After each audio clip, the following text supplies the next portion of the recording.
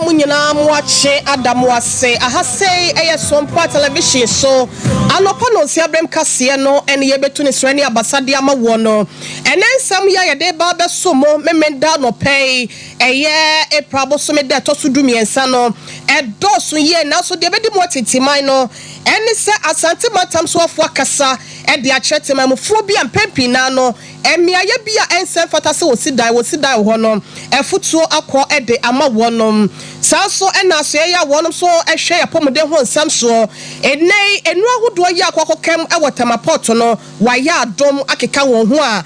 yensa ka bie ni nyina mu nsam no e wa ha se no boye beda na ekire ede ama wo obinfo adai wono so wa bi papa ye e wonimdie mu ene oman chichiriye mu na wa kire se wode togofo edwumayefo atoto Ghana fo nyumayefo ho a ene togofo ne kwa ni mu ede nsusu ye ena wogina so enam so nte no wode sa ensem wese nyina etudwa emsia ensem ni afoforo bi edika na editie ena ene anopem somfo ohene ire mame akua yaboa esiama bronya brewetia matra sia medema no begu ho asawdi amamo no eya no wahye no so di amayese Sompa TV nsem ni twafa ho no wo sati enka wa sante mantemu a eye Sompa 93.1 FM saso ena bunu mantamfo ne hafofo nyina etie edifa sunwane Sompa 98.9 en kranza for to the fatachima kentampo atebu ene ne nkwado ni nyina e wo bunu epoye mantemu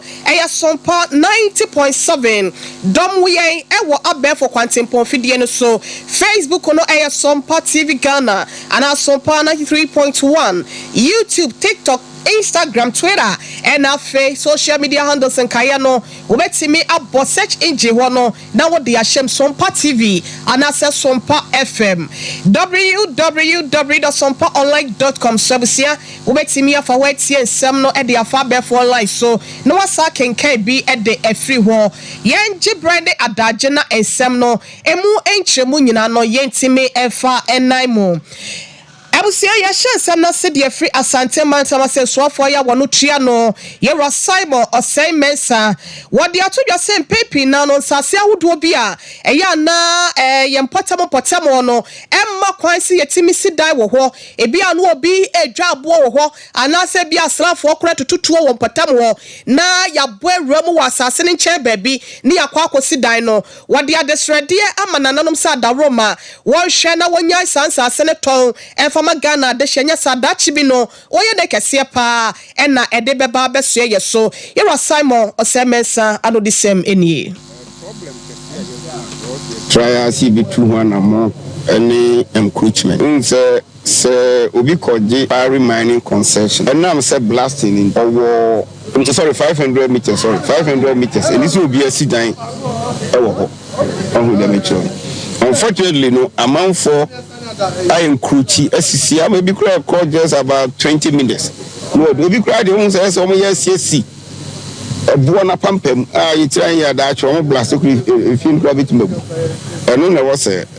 bomb more than 200 more. Now, son, ye bay no medical day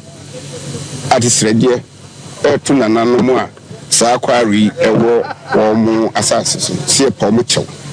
Wamunton horns asino emenkrofo ensifi because ya hwe adachi no ebe na ebiko bia blast bibi na obi fi akobubu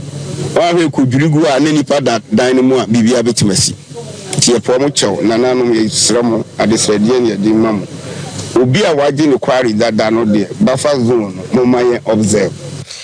Abusia won monya for Simon osemesa wono ene asante matam so for ne ekotie noen na ne semi nyina no wodi tudwa wabro na pamfo etu anamode wani kiremu ewo afija kwabre south mensemo asante matam asenom ema miamia hodo bia woto abo ewo mpatam wono wokokohwe se de niema esiko na no si yape ena yera David onyina wono ena asante matam asenom wo momutu anwea na se bo ne nyina no wonom ekuo no ya panyi kwantrefo a wotua no setitere ni wono so de kakra bi etua yera Simon de no so sei Say a tapos na scientists between operators. No research. Obama and never course within the industry. Problems may other of course the major problem in encroachment. So global macro from A to Z. Bia about encroachment. Encroachment means I say anything. So I do concession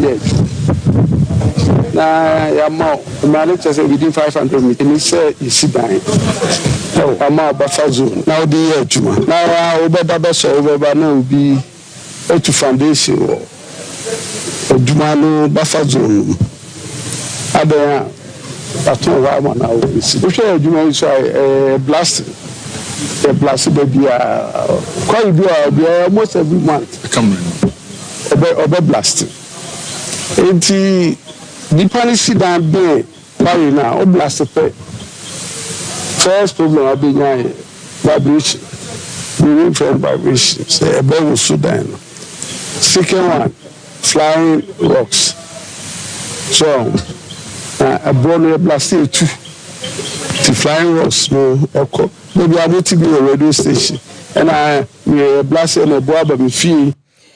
Ebusiania Yatine Kane, a Santi Regional Quarry Association Chairman, Yera David Onyina. Ye boy Romo, I will answer from Nancy, they are to a name, Sir Woodwane, Echemo, a war, obey a pomade one some noir. We are no more one and yan samawa, one more mania HIV, ya DNB, and after a 3-day ya dear Madediano, and who no be about Becatama Porto, Yacha sending in our global fund the Father Roma, and I want them at the Adomo Mays and Pennyfornia. Na adehia ya won pomusha dan tretre won fa yade we se ho no watime e de to yade na se anaso watime de abra na se na so be se afenie sikatue bi a wo se kom na etimi e de enro no ebra ayafo anase won mo ho fa yade we se ho no akwakoye boachi biden ama yetete krampo se enro no kura e bi e ya sei ne nei Ministry of Health wonom akeka wo ho ama ye ka sei container makomako wo ha eduowotwe mienu 182 containers wonom etimi age ye ne nyina no enro ne wo ma wo mo de bo sebe ya ye nuanom a wonom eyade ebetimi edru wo makache e wa ya sabia hodo won so atimi enya bi etimi ede awe wo ho na Yera George Wefo no ene Director of Revenue Policy wo do ani kiremo e wo Ministry of Finance wo mo division ho a woni central for abonkomo e kan sempi e de fa we ho over ceremony of the donated pharmaceutical supplies from Global Fund containing anti-HIV, TB, malaria medicines and mosquito nets, which regrettably have been in our port for some time now. Ladies and gentlemen, for your information, not all taxes are allowed under the Exemptions Act. In this respect, special provision of 40 million Ghana cedis was made by the Ministry of Finance to cover transnational taxes, that is AU and ECOWAS levies.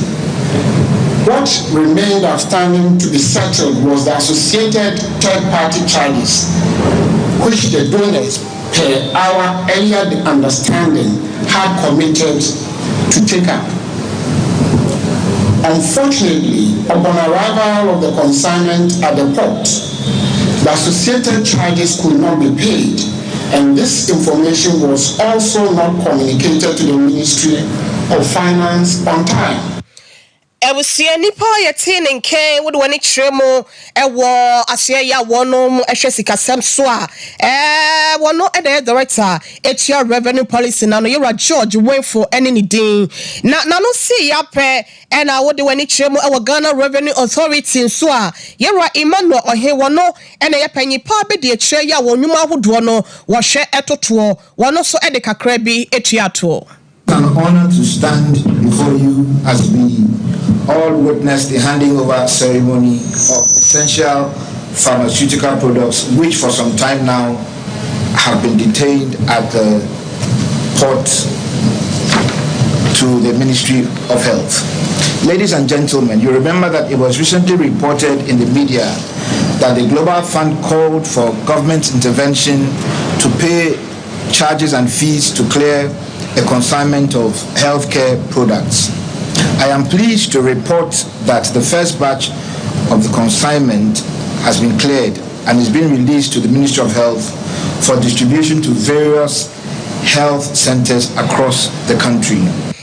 Ewusie Raymond Ohene wano and a Ghana Revenue Authority why penny pabe de cheya wonyuma akodo no wo hwe etoto na ye ka kire wo se afa no abeka ye ho ha se ye Sompa television so anopa no se abrem kase no and aye tutu ne srani abasa edema wo no Sompa 93.1 ewo Kumase Sompa 98.9 ewo Sunyane and afa Sompa 90.7 and so eto ewo Nkranza de ma de hye wa chichiri ene pincheye na ye bo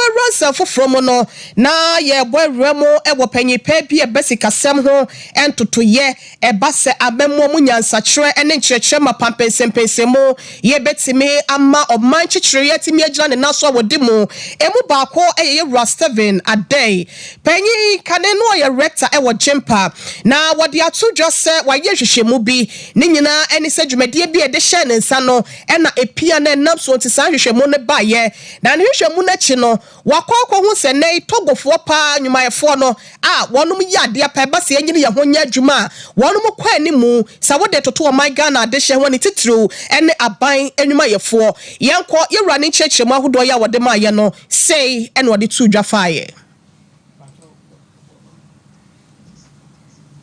But the signs for recovery are good, but it's intensive care. I think there are fundamental issues and there are proximate ones. You know, Ghanaians rather, believe it or not, despite all what we say, our papa, the Ghanaian worker is one of the least productive worker in the world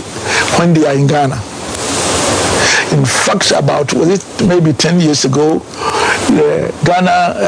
Academy of Arts and Sciences asked me to give a lecture on productivity in Ghana. So I was forced to do some research. And I found that in Africa, given the same conditions, qualifications, and everything else, the Ghanaian worker was among the least productive worker in Africa. And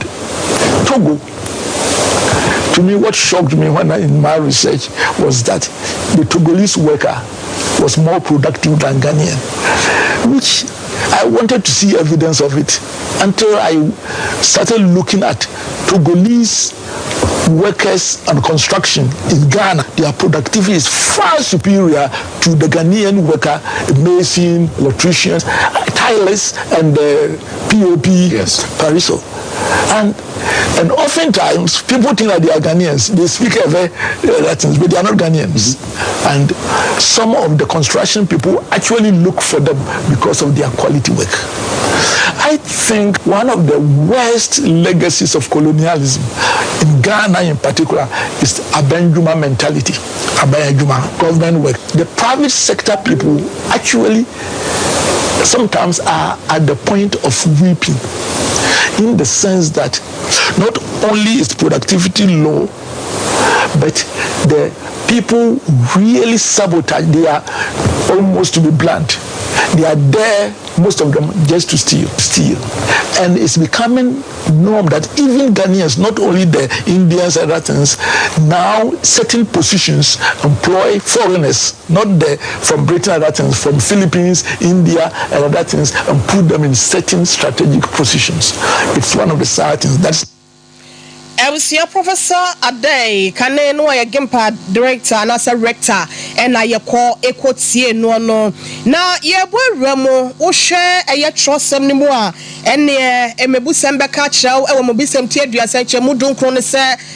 aboa kwode ne kwan edawiem owo kwan dabotan so na bema kwan eda eye oba ho na so ene isia tra dodo nti no ama akwa wie se o my Ghana de hye bi no se da bi se me yokopa ba menene da no metafreta ne ho no akono ede eche se me ma bema de ne dua se bi ahye me ho ana se bibi sente no ene anti-gay bill empanyifo bi se wono monyi sansem ne ntumunte no wono matam de akwakoto mra hye bedwam wono ma ye ho ne ma nyina awie amamra hye bedwafo ate wonsa ede afiri ho akasema panyin na dodan kwakufu ado wada sa no sensan ye besan na kyesa ba be mra obi de no kwhye sa mamode wesemu a ebi no susu se entimi emo man kyekire na yetimi ede sa mra no awentam no na eno na Dr. Mahmood Baumia one day wa babonte asini dwan wasini play yenye play fa ede a kire wiase nyina se wono ni gidie ene ne som ya wokitabo no kyese etia sa amamode ne nteno enya ade a wono de wogitumu ne eji atomo ochina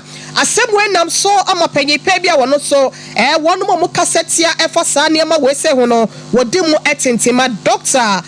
Apia Kubi wono edensembo shia pa ena edema ye Dr. Mahmood Baumia na wasa akansem bi ede atoa so yenko na yentie se de wosi edwansem di ede treye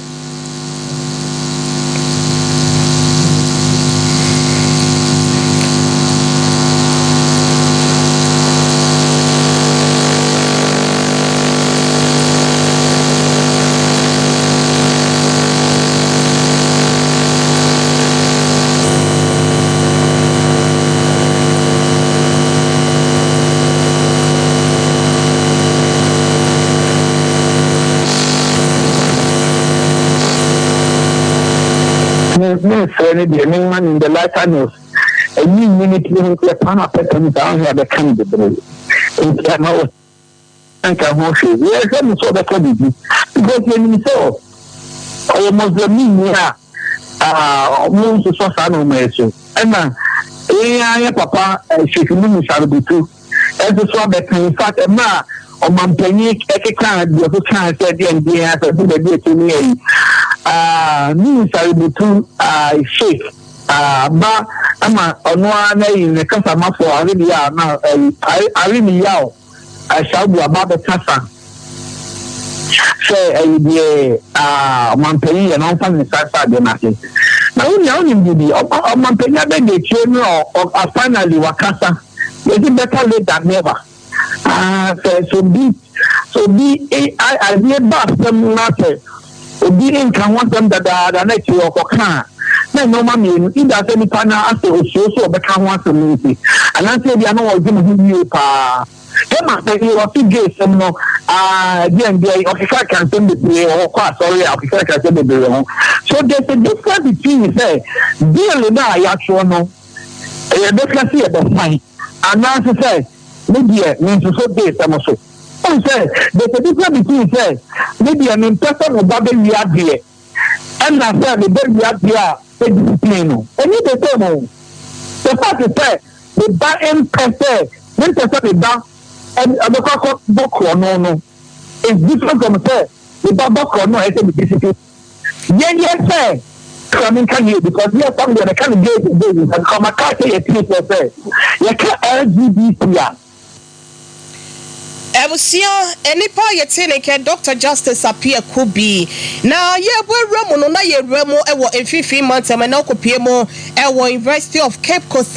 empanyifo etre said de onimu eto no na ye de no ejina tre no ano na wono mo ahwese hu sampa ogwaman hene eya de a wodi mu papa ye ewo mayi mu ni nyina ne se wo hwe asomdue ya wo pe odo ya wo yi na di e de a kire suapon no ekwan ya wo fa so ema mamra ni amane ACP esita ewo man mu a na osaba so body no nte no what honorary degree ewo Doctor of Laws de aboniti se wonye efise ne niam wo ye no ese efata na osarber ma kwesi ata ya wotoso mienu woje abasobode na chese akwakoye enigiesem akwakoya wo asem eno na so chancellor ya wo no eda UCC suapone mu Dr. Sir Sam Jonah wone sentrefo ebonkomo wabra na wonum eboja na wonum edesa honorary degree we say no ema osaber ba ne nsem ya wode to dwa no na edoso ye twimbi edigu homa so is selflessness and leadership are prepared progress and its constraints. Indeed, its stewardship reflects a profound understanding of cultural heritage, which is strived with the establishment of our university on lands that include those of the right tradition as the both beneficial and the time. I commend the forbearance and management of the challenges of Sabarima and its that prevented potential conflicts. And in this regard, I support the ongoing efforts led by Professor Amunoko and others. It is no surprise to me that we are only today because it's actually the best example that I know on the planet. I will see any pie in Kane, one no, and a chancellor at the University of Cape Coast, Yapono, Yera says some Jonah any day. Now, no see up and Ogwama Hine or Saberima, one also saw about somebody mono, what done Sempi Eddie tray. This is not a day for long speech, but my assurance to the university. This is that there is this pending problem which we all come together and resolve once. This problem between the university and the villages. We have already started, and I'm told that the preliminary report is nearly complete. Hopefully, within the next week or so, we will sit down and see how it will go. But I want to assure you, I will spend all the time I love to make sure that whatever it is that is bothering the school, academic, teaching, and peaceful existence of this institution, I will do whatever. My second object that I have in mind, because I'm an accountant, I'm close to the accountants or the students of the university. So I will offer the best graduating BSc accounting student every year, 2,000 grants. Ebusia the okasa ye eye Ogwama Hine Osaberima na yete ne nka na nige sem ya kyese watie no eho ensem ne eye na se na yete se wode ema no na yenko ensem foforo ye wramo ewo ejoso abato mpasua so ewo asante mantamase nom na ene ampaya ebedwa seta ni nyina ne se nipa nkro ya wasan wo hwene so etre se enei yesi eduebo aye bobi epoma munte no by election ya eboso enam ye John Ampontu Akuma no ahyebedwa ne ya no odi ne dwuma ewo hwe enei wabutu dasai ama yefunada etre se eniema esi ekro no SNPP abadoko no wonum ehia wo bi amanyoko awoforo no so betimi aba be print ne abato no ekoso ya na ya abo amalibi aboganei mesole ya Ghana fapim dwubedie no woba ene aninta betratra se na wonum ede wani kwatwawisa wo hwene santam wadi akire no na enipa nkro ye ne wonum eye no anase wo mo ekwa akogina akansie ni mo no wo bia etrese ne ho eye ade a eso wodi mu wo mo eto aba ne ma na ebetimi abo no nam so nte no Dr. Evans Dua wo yo bia no obenye Ampontu Akuma pa wa chese wonum epe wo Saberima ya obekoko akwakodi nkunim abotire na boniti e de abetre ne dom se be ya obetimi ayre ne ho akonkode akonanim amanyoko NPP etimi edi hine achapada breaking the 8 no akoso ama wonum dia eniema wonum hwe benkum hwe nifa nei wonum emmo moden na etu ahine ne esi ahine fo ya wonum edodo bese apem ene ekire no wonum enkoto abanema ne bum na eniema enkoye na wonya abano a wobehwe ama edwoso mpunto ya John Kuma epeja ye hyase no watimi aba betoa so na timi aboa ama adehye aboboa no ewo edwoso nso no empunto etimi edihine ewo ho ebusia ye kwakwawie ensem no ewo nana Dr. Ajima Bedudua ya wono edikan wo ye kunsu hine na ebusia wode nsem na no ena atudwa etwese nei se wo hwese de ede ma esi kona ye timi enya mpunto dwuma nyina emmo aban so no nti no waye na afemu de aboa ama ene ma ekoso e de ama adehye bi ya wonom ewo ne potam ho yenko na ohene ne nsem ahodo bi a woda na di ene dwuma so ya wokoye ye no yenko tie emu nsemra Sabe nana bia wo so yo my papa and it's a leadership bad example nti be na nanom ye be ye no ena ma nchirima ene nkwada wa achire besua bie ana se omo a odomankoma dum wa bibi wo mu nsem enso te a ombetima ye de aboa free say salutation for the omse omle ahunidifo omna boa ma ahunidie ahonidie so ba na yare efiri mu enti so mo dwuma mo die na anima bi mo tosini no mo ntimi eni dwuma no na wakase sebeka fra enye ukuro mu nko a anase enye honkwan be ya dwuma nti wo a na sebeka fra wa anye good leader no ka ho enema medi sa dwuma die 22,000 Ghana cedi for motos no 22,000 Ghana cedi all currency no 220 million. Ewusia ku so hine na Dr. Jima Bedudua ya wodi kan ene ne se be ya hodidi ho nsem be fa ne tampa de fra e de ama de hia ya wono ma wahafo no south mesimo no afo no south mesimo no wode eyesika 222 million old Ghana cedis no akwakoto motorbikes de ama empanyefo na no si ya podmonyo for Joseph Paul Bonso adwumeru a wono ene DC ya wono ewo mpotam ho wode kakra bi eto na na de no so sei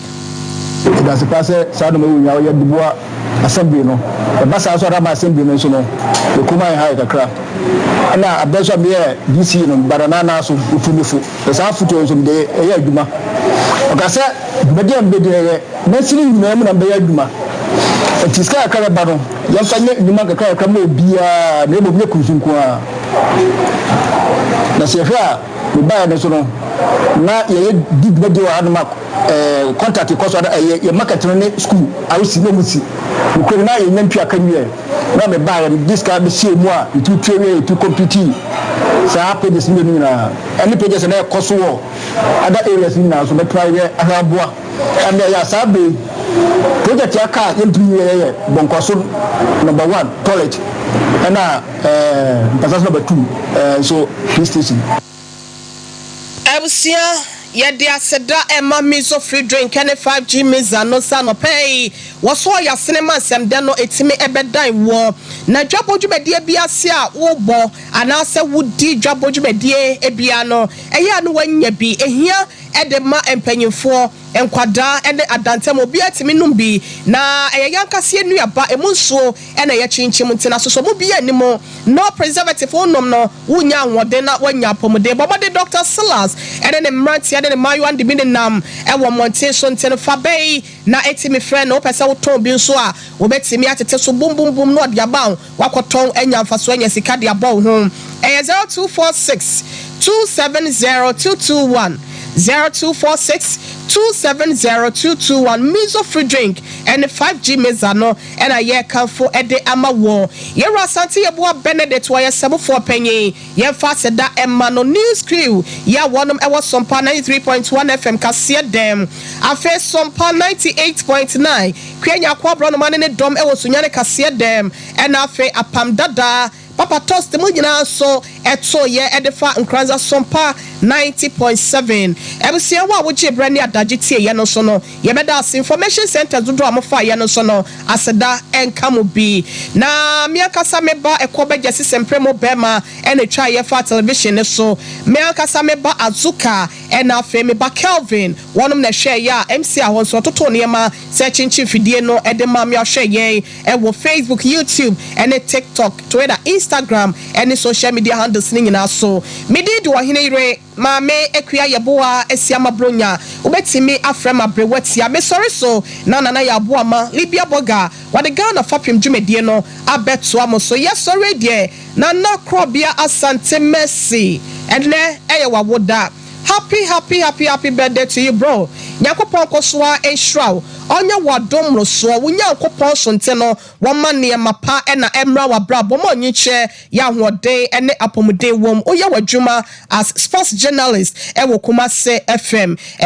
nyakopon enka ho na bibia so ensiwiye I love you so much na mekai ayonko feda yentem no na mekacho nyakopon esrene se oma emonyere no ma ne papi na so emra yentem ebusia ya sorry so Ghana fapim ena etwa so ede amamo 21st clinic aye sciatica expert sciatica no o nerves na wo to ase na fa wo sire mu